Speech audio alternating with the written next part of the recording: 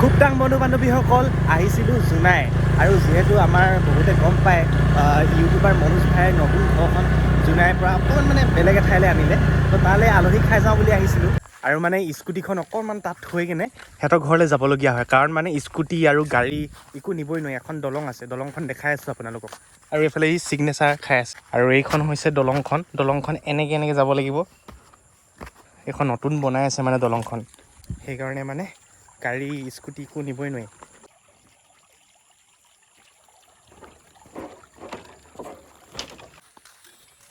এইফালে এই গাৰ্লফ্ৰেণ্ডৰ লগত কথা পাতি আহি আছে কিন্তু এতিয়া মিউট কৰি দিছে সন্ধিয়া হৈ গ'ল আজি ভিডিঅ' মানে ৰাতি বনাম বুলি ভাবিছোঁ কাৰণ মানে মনোজ ভাই খানা বনাই আছে এইফালে বনাই আছে কি বনাই আছা তুমি ব্ৰইলাৰ নে গাহৰি এইটো মানে মুৰ্গী হয় আৰু আজি বৌ নাই মানে সেইকাৰণে খানা বনোৱাৰ দায়িত্ব মনোজ ভাই ভাগৰ মানুহবিলাকেনো মনোজ ভাই নতুন ঘৰটোত কি কামত লাগি আছে চাওঁগে আৰু এইফালে আছে আমাৰ বিশ্বজিৎ ভ্লগছ মানে দৈমাৰী ভ্লগছ এডিটিঙত লাগি আছে বৰ্তমান আৰু এইটো হ'ল মনোজ ভাই নতুন ছেটআপটো আৰু এইফালে আমাৰ আছে মৃগাং কেনেকুৱা খবৰ ভালনে একদম বঢ়িয়া আৰু এফালে বৰ্মনো আহিছিলে ক'ত আছে জানো সি এইফালে আমাৰ মিষ্টাৰ বৰ্মন ভিডিঅ' কলত লাগি আছে ডিষ্টাৰ্ব নিদিওঁ লাগি থাকা দেই আমাৰ মিষ্টাৰ বৰ্মনৰ ফোনত ভিডিঅ' কলত কথা পাতি শেষ হ'ল আৰু এতিয়া হাতখন চাব না জিম গৈ একদম পুৰা বডি হৈ গৈছে এই হাতখনত মানে ৰাতিপুৱা সময়ত বৰলে চুমা খালে বৰলে চুমা খাই কৰিলে নেকি মই ভাবিছিলোঁ তুমি জিম গৈ কিনে এনেকৈ অকলে গৈছা নেকি বুলি ভাবিছিলোঁ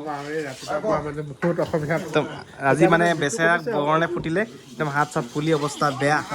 হ'লেও উপায় নাই আৰু ন সেনেকৈ আমাৰ আচলতে আহিছে ভাল লাগিছে সেইকাৰণে আৰু এইফালে ভাত বাঢ়িছে ধুনীয়াকৈ মনোজ ককাই দেউ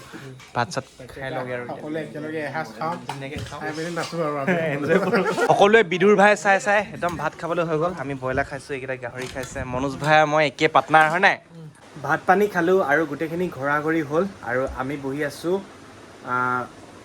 মানে কম্পিউটাৰ সন্মুখত এইফালে মনোজ ভাই পুৰা এডিটিঙত লাগিছে এডিটিং শিকি আছা নেকি মই নাজানো ভালকে শিকি আছোঁ ট্ৰাই কৰি আছোঁ অঁ মানে এডিটিং শিকি আছে কাৰণটো হ'ল এডিটিং শিকাৰ কাৰণটো নতুন শ্বৰ্ট ফিল্ম আহিব পুৰা জবৰদস্ত এডিটিং কৰিব মনোজ ভাই পুৰা এডিটিঙত লাগি আছে প্ৰিমিয়াৰ প্ৰ'ত এডিটিং কৰিব আৰু কেনেকুৱা হ'ব শ্বৰ্ট ফিল্মৰ বিষয়ে কোৱা অলপ কিবা বিষয় মানে আমাৰ এবাৰ পুৰা হেভি ন এতিয়া কিনো ক'ম কাহিনীটো এটা আমাৰ বাস্তৱ জীৱনৰ লগত সংগতি ৰাখি কাহিনীটো মানে নিৰ্মাণ কৰিব চেষ্টা কৰিছোঁ অঁ মনোজ ভাই লিখিছে একদম বাস্তৱ তোমাৰ কাহিনী নেকি এইটো নিজৰ মানে ষ্টৰিটো নিজৰে হয় বাৰু মই একদম মজাকৈ কৰিব এবাৰ গানো আছে এবাৰ শ্বৰ্ট ফিল্মখনত মানে গানো থাকিব ষ্টৰিও থাকিব খুব ধুনীয়া ফাটাফাটি হ'ব মানে টাইম লাগিব কিন্তু ন কিমান টাইম লাগিব সময়টো ল'ম দুৰ্গা পূজাৰ পাছতে দিবলৈ চেষ্টা কৰিম দুৰ্গা পূজাৰ পাছত আহি আছে মনোজ ভাই নতুন শ্বৰ্ট ফিল্ম আৰু এইবাৰ মানে কি হ'ল শ্বৰ্ট ফিল্মখন বনাবলৈ কাৰণে মনোজ ভাই এইটো ছেটআপ কিনিছিলে আৰু এই ছেটআপটোতো গম পাইছে দামটো কিমান আপোনাৰ 2 বুলি ক'লে ভুল হ'ব একদম 2 লাখ টকা কম্পিউটাৰ ছেটআপ একদম গেমো খেলিব পাৰিব একদম ভিডিঅ' এডিটিং কৰিব পাৰিব পুৰা মানে ছুপাৰ ফাষ্ট ৰেণ্ডাৰিং হ'ব বহুত একদম মানে শ্বৰ্ট ফিল্মৰ কাৰণে লৈছে আৰু এইটো এনেইতো মোবাইলতে চব এডিট কৰে হয় নে নহয় এইবাৰ মানে ব্লগ মই মোবাইলতে এডিট কৰোঁ কিন্তু কিছুমান কামৰ কাৰণে লৈছোঁ আৰু